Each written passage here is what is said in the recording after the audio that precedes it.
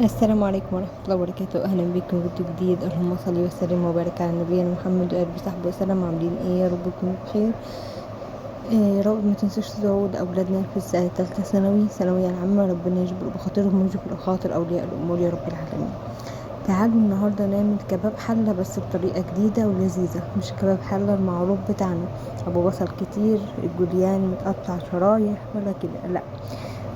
الطريقة دي تحفة جميلة جدا وممكن تستخدميها كسندوتشات. بس في حاجة، انت ما تستخدميش التوابل الصحيحة زي ما انا عملت.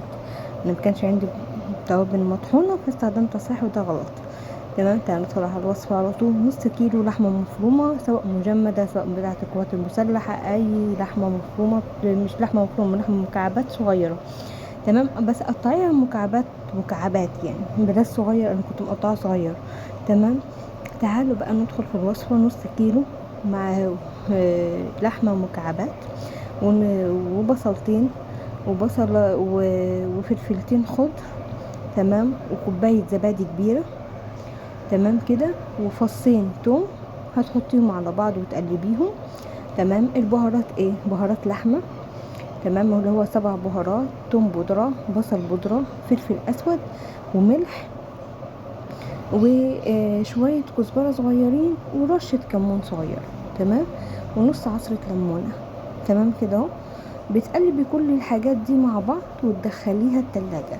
يعني انا عايزه اعملها، طب بعديها بساعة اعمليها اول ما تقومي واعمليها على الغدا، او اعمليها من بالليل واعمليها على الغدا. طب انا عايزه اعملها سندوتشات، اعملها زي سندوتشات. هي اول ما هتنزل على النار هتنزل ميتها، انتوا هتشوفوا، وشويه زيت، صح.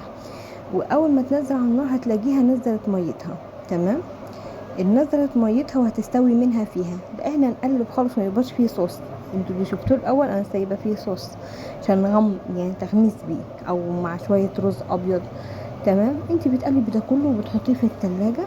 ولما يطلع من الوصفه بعد ما تخلص خالص، في حمايه، وغطي البتاع ده وطفيها بشويه، تاكلي احلى احلى احلى كباب.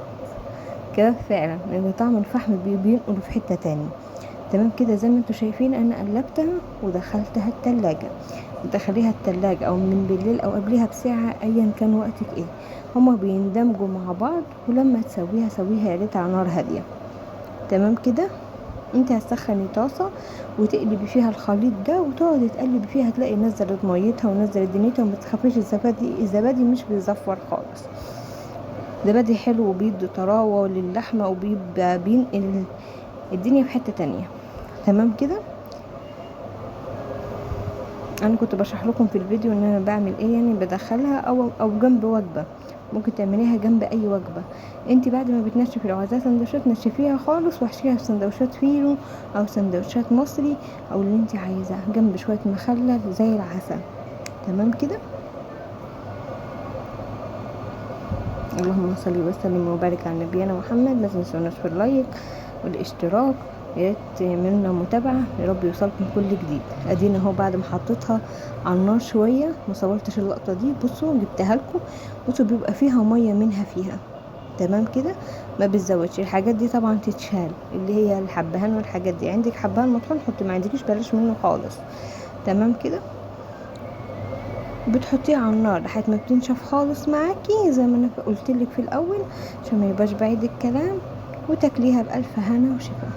بيبقى الصوص بتاعها صوص قالب على بني كده. بعد ما بتخلص اترككم في رعاية